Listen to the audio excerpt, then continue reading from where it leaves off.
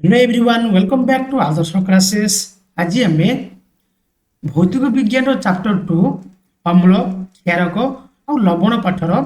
संपूर्ण प्रश्न उत्तर डिस्कसन करवा। वीडियो को शेष पर्यंत देखो। चैनल को सब्सक्राइब करने सब्सक्राइब करी पाखरे बेल आइकन को क्लिक कर दिंतु। तेज चलतु आज आम अम्ल क्षारक और लवण पाठर संपूर्ण प्रश्न उत्तर डिस्कसन करवा। तो प्रथम जी आम एक नंबर को। एक नंबर क्वेश्चन कौन दे देख।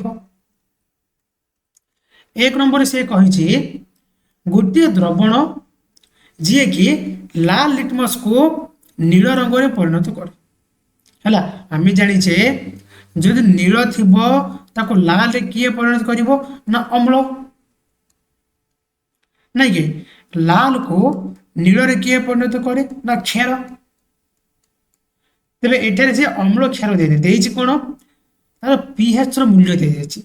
तो मन रख जदि अम्ल हो पीएच मूल्य केते ना 1 रु 7 भितर हेबे ना 1 रु 7।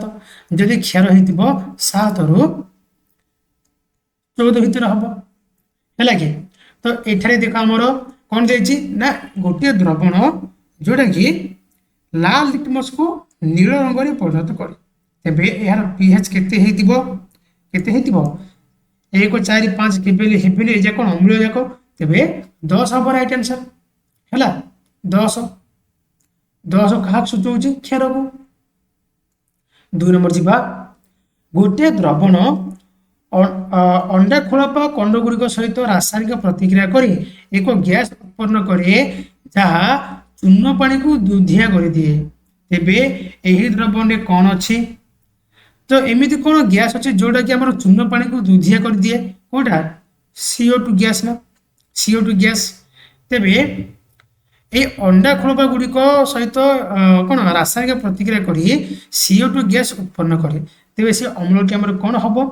से अम्ल कौन हो ना HCl हो हाइड्रोक्लोरिक एसिड है हाइड्रोक्लोरिक एसिड हो ठीक अच्छे। तेबे अंडा खोलपा सहित कौन रे आम HCl रासायनिक प्रतिक्रिया करके CO2 गैस उत्पन्न कर अंडा खोलपा CaCO3 सहित किए मिसब जदि HCl मिसब आमर दब कौन ना CaCl2 plus H2O plus CO2 है। ये CO2 गैस कौन करे ना चूर्ण पानी को दुधिया वर्ण कर बुझा पड़ा। तेबे अंडा खोलपा सहित किए रासायनिक प्रतिक्रिया कर ना HCl ठीक अच्छे। तापर जी आम 3 नंबर को कौन जाइए 10 मिलीलीटर NaOH सोडियम हाइड्रोक्साइड एक द्रवण ये आम 8 है 8 मिलीलीटर परिमाण दि जाए एक HCl द्रवण द्वारा संपूर्ण भाव प्रशमित हो जाए। तेबे 20 मिलीलीटर परिमाण से ही NaOH द्रवण को संपूर्ण भाव प्रशमित करने आवश्यक पड़ुवा HCl द्रवण परिमाण के देख 10 मिलीलीटर NaOH को कौन कर 8 मिलीलीटर HCl प्रशमित कर दूचे। तेबे 10 मिलीलीटर NaOH को केते मिलीलीटर HCl केते परसेंट दरकार पड़ुची तो परसेंट बाहर कर दियो 8/10 इंटू 100 कटिगला 10 80 माने 10 मिलीलीटर गोटे NaOH द्रवण को 80% HCl द्रवण दरकार पड़ुची। तेबे सेमिति 20 मिलीलीटर NaOH को केते दरकार पड़िबो ना 20 मिलीलीटर 80% बाहर कर दियो केते हे जिवो 0 कटिगला 8 2 16 माने 16 मिलीलीटर HCl द्रवण दरकार पड़िबो बुझा पड़ला। आंसर हे जिवो 16 मिलीलीटर ओके। 4 नंबर क्वेश्चन कहिजे निम्नलिखित ये लिखित है निम्नलिखित औषध गुड़िक मध्य केउंटी अजीर्ण रोग को चिकित्सा करने व्यवहार करा जाए। आग बुझ अजीर्ण कहीं होचे ना आमर पेटरे कौन जो अम्ल परिमाण वृद्धि घटले कौन आमर अजीर्ण होची। तो यही अम्ल को हम प्रति कौन कमेवा है कि जदि अम्ल को कमेवा तेज आम कौन दरकार प्रति अम्ल दरकार प्रति अम्ल जहाँ आंटासिड कहे प्रति अम्ल है।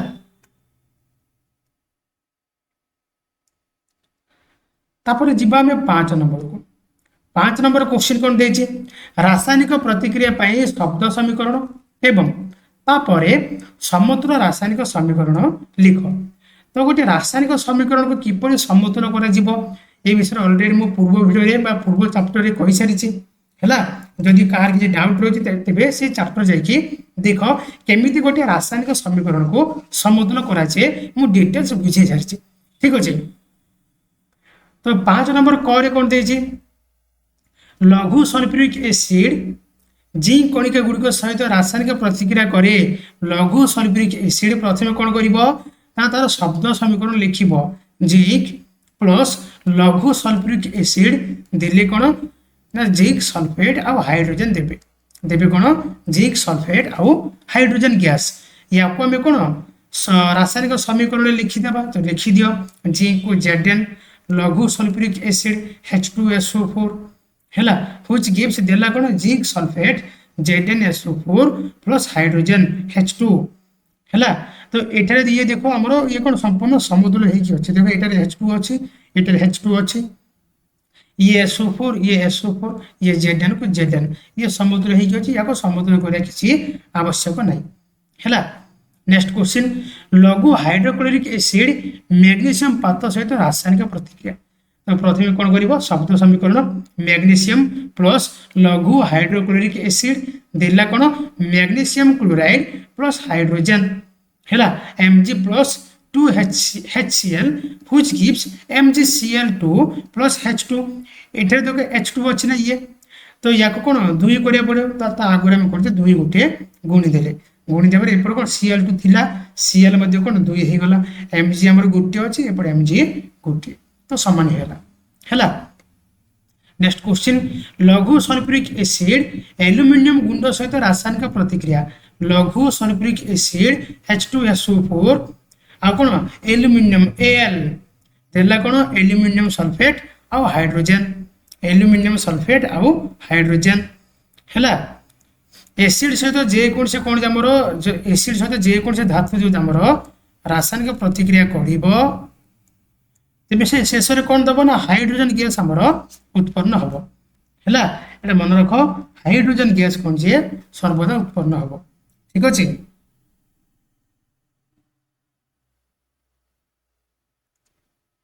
हैला तो एठारे दिला कोन लघु सल्फ्यूरिक एसिड आ एल्युमिनियम गुंड। तो एल्युमिनियम को Al लघु सल्फ्यूरिक एसिड H2SO4 देला कोन Al2SO2 आउ H2। तो एठारे लक्ष्य करो हमर Al दीटा अछि तो एपडे हम 2 गुणी देले हैला Al रो परमाणु दीटा अछि ना तो एपडे हम 2 गुणी देले तापरे एपडे देखो एटा कोन H2 अछि एटा H2 अछि कि एठारे कोन अछि SO2 हैला SO कितना ना 3 दुणे 6 टे हे अछि तो याको मध्ये 6 करिबा। तो SO4 अछि ताको 6 करिबे कोन करले ना ता आगरे कोन करले गुटे 3 टे गुणी देले हैला। तापर एपर 3 गुणी देबरे एपर कोन H हमर 3 दुणे 6 टा हे गेला तो एपर कोन H आगरे हम कोन 3 गुटे गुणी देले हैला। तो बर्तन कोन ये समतुल हे गेला। एठार हमर Al2SO2 जे 2 अपन एटा 4 हे जिवो 4 हैला। तो ऑक्सीजन रो 4 टी परमाणु अछि किंतु ए सल्फर रो कोन हमर 3 टी अछि हैला। सल्फर एठार को 3 टी अछि तो एपटे सल्फर को 3 टी करिया पे हमें 3 गोटे गुणी देले ठीक अछि। ए हमर रासायनिक समीकरण हे जिवो 2Al plus 3H2SO4 which gives Al2SO4 of 3 plus 3H2 हैला। एडे जो ये भूल अछि ए समीकरण ठीक हे जिवो ठीक अछि। तो पूर्व जहाँ कहले सेटा भूल हे जिवो ये कोन जे ना O हमर 4 टी अछि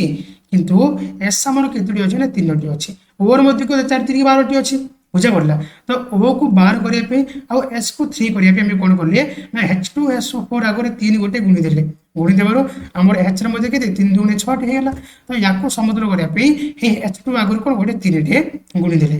ठीक अछि।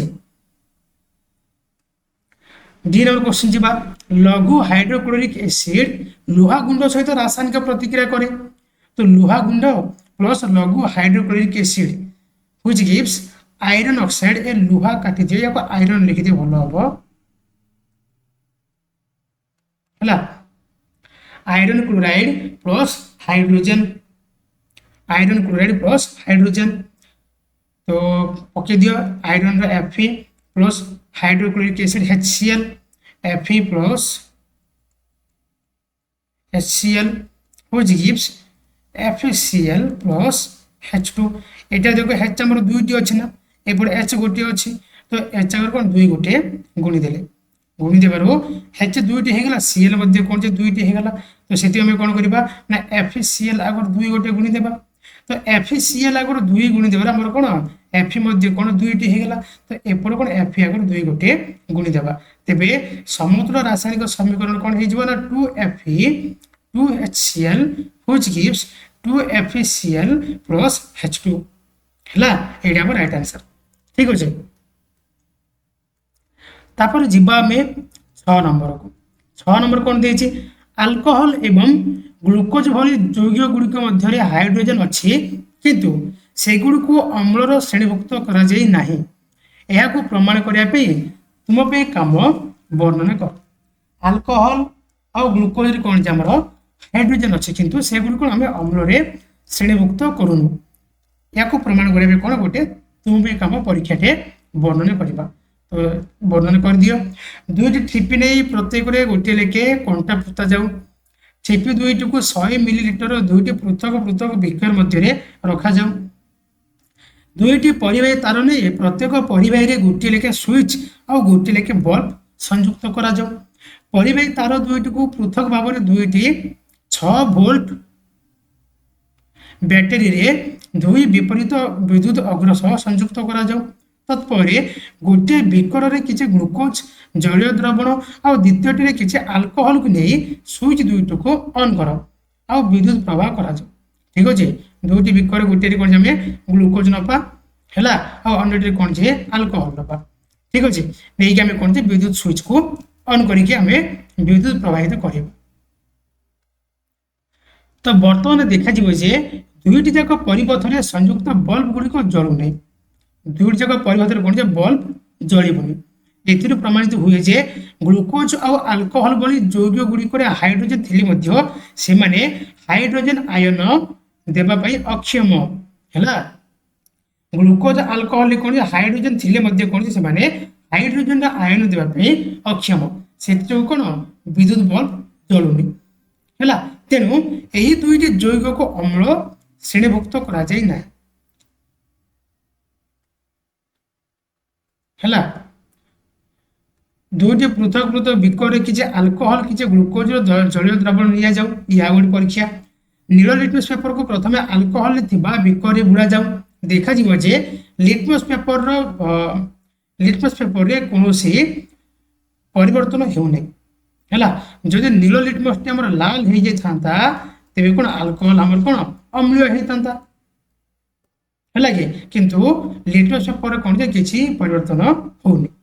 पुनर्बार से नील लिटमस पेपर को ग्लूकोज द्रवण रे बुड़ा जाऊ देखा जिवो एठार मध्ये कोन जे लिटमस पेपर वर्ण रे कोनोसी परिवर्तन हेउनी हैला अर्थात ए अल्कोहल आ ग्लूकोज उभय जगह कोन गोटे गोटे अम्ल नुहंती हैला अर्थात अल्कोहल और ग्लूकोज भली यौगिक हाइड्रोजन थिले मध्य से माने अम्ल नुहंती ठीक अछि ए दुईटी परीक्षा को लिखि दबो तापर जिबा में 7 नंबर कोन देछि पतित जल विद्युत परिवहन करे नाही किंतु वर्षा जल ताहा करि पारि काहे कि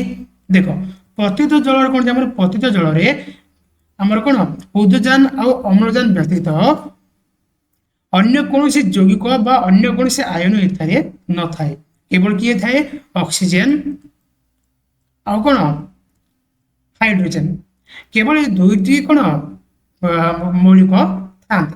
याको छड़ा अन्य कोनोसी आयन एथारे कोन न थाए सेते पे माने कोन जे विद्युत परिवहन करे नै किंतु वर्षा जल कोन जे वर्षा जल कोठु आसे ना मेघरु आसे मेघ कोठे जे वायुमंडल अछि तो वायुमंडल कोन जे हमर विभिन्न प्रकार गैस रहथे सल्फर डाइऑक्साइड नाइट्रोजन ऑक्साइड है एम सब कौन जे वर्षा जल सह मिसिकी विभिन्न प्रकार अम्ल प्रस्तुत करते जमीती कि nitrous acid nitric acid sulphuric acid है सल्फ्यूरिक एसिड एम सब कौन जे आमर एसिड जाक सृष्टि करती जेहेतु वर्षा जल सहित कौन ये केमिकाल मिसिकी एसिड सृष्टि करती तेरे वर्षा जल बर्तमान कौन होगा अम्लीय होगा जदि वर्षा जल अम्लीय हो अम्ल कौन से विद्युत परिवहन करना अम्ल कौन अच्छे हाइड्रोजन आयन अच्छे तो ये कौन से विद्युत परिवहन कर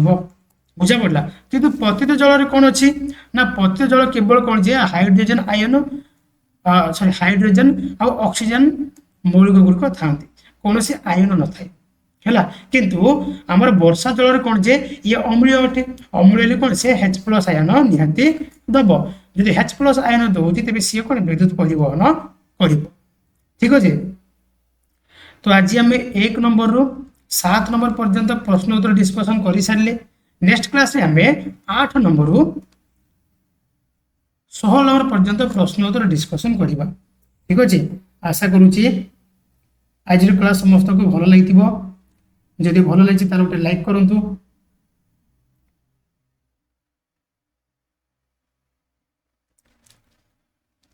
आमती प्रत्येक सब्जेक्ट प्रत्येक चैप्टर प्रश्न उत्तर वीडियो पाइबा चैनल को सब्सक्राइब करी पाखर थे बेल आइकन को क्लिक कर दिंतु एवं यही वीडियो को निजर सांग मान शेयर कर दिंतु ठीक अच्छे आज आम 1 नंबर रु 7 नंबर पर्यंत प्रश्न उत्तर डिस्कसन कले नेक्स्ट क्लास आम 8 नंबर रु 15 नंबर पर्यंत कौन क्वेश्चन आंसर डिस्कसन करेंगे 15 नंबर हो 15 पर्यंत कौन क्वेश्चन आंसर डिस्कसन करवा ओके आज ये पुणी देखा नेक्स्ट क्लास रे धन्यवाद।